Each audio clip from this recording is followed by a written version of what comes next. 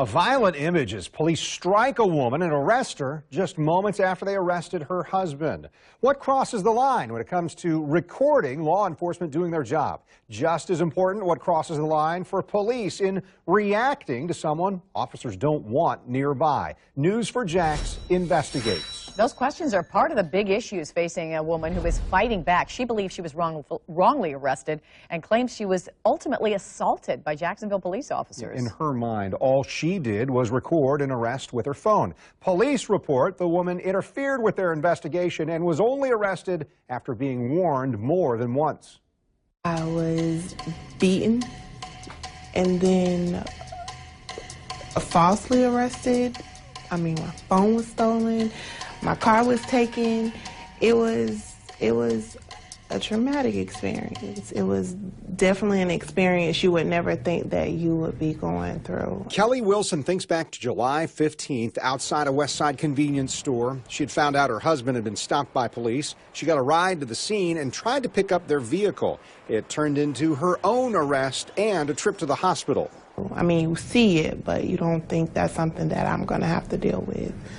And it started from a phone call. Wilson says she turned on her video recorder on her phone as she talked with police. Her version, that she identified herself to police, asked if she could recover the vehicle, and acted politely until this confrontation caught on surveillance video at the convenience store.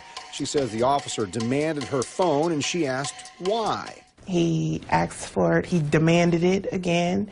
And I gave him the same, why, just why do you want my phone? What do you need my phone for? And he told me that he would punch me in my face. I eventually got punched and beaten, and the sergeant that was on the scene joined in the beating. She was lucky for that video, because without that, I don't think a judge, a jury, anyone else would believe her against 3 police officers. Wilson has 2 local lawyers representing her. They say the video proves her version of events and dismisses the accusation listed in the police report that Wilson was interfering with an investigation. But when you look at it on the video and compare it with the report, you can tell that it's not true. And it's a false report and a false arrest. And that's probably the biggest crime that occurred in this case. Not anything Ms. Wilson did, but what they did to her. It's just so difficult because we don't have any audio. We can't hear the police commands. We can't hear if she's complying or refusing. News for Jax crime and safety analyst Gil Smith doesn't agree with Wilson's lawyers. Without audio, he says it's not an open and shut case to him. They said that she was yelling back at the person who was in the police car. That would be interference in an investigation. And they ask her to stand back, and she does, but then she comes up again. The problem is we can't tell what the police are saying or what she is saying, so it's difficult to tell how she's interfering in the investigation. Wilson tells us she believes recording the officers with her phone's video camera is what got her into trouble with the officers. And we asked Smith if officers can be justified in demanding someone's phone. He says yes, depending on the circumstances. Well, there's a possibility. If she's on the phone calling people, telling them to come up to the scene, then that could be a danger to police officers, so you definitely want to stop that. Without knowing what's being said in this instance, Smith says the officers' commands may have been lawful orders and officers may have been justified in arresting Wilson. I contacted JSO asking for a specific comment on this case. They told me they can't respond with the case pending.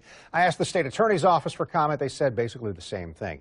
Both agencies want to point out that all 3 officers testify in the arrest report that Wilson did not cooperate or comply with police. That's why she was arrested, they say, and that it had nothing to do with her cell phone.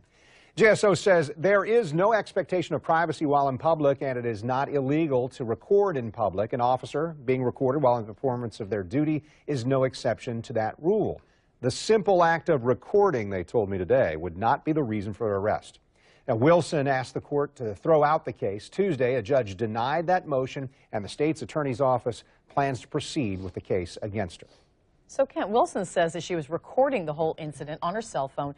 Why didn't she show you that video, which would have had the audio on it? Yeah, and this is a point that her attorneys make. Hey, if we had the cell phone video from her phone, we would have heard it. Well, Wilson is saying that the officers took her phone, and when she was released from jail, she didn't get it back. She says she's asked repeatedly for JSO to return the phone, but the sheriff's office did not log it into evidence.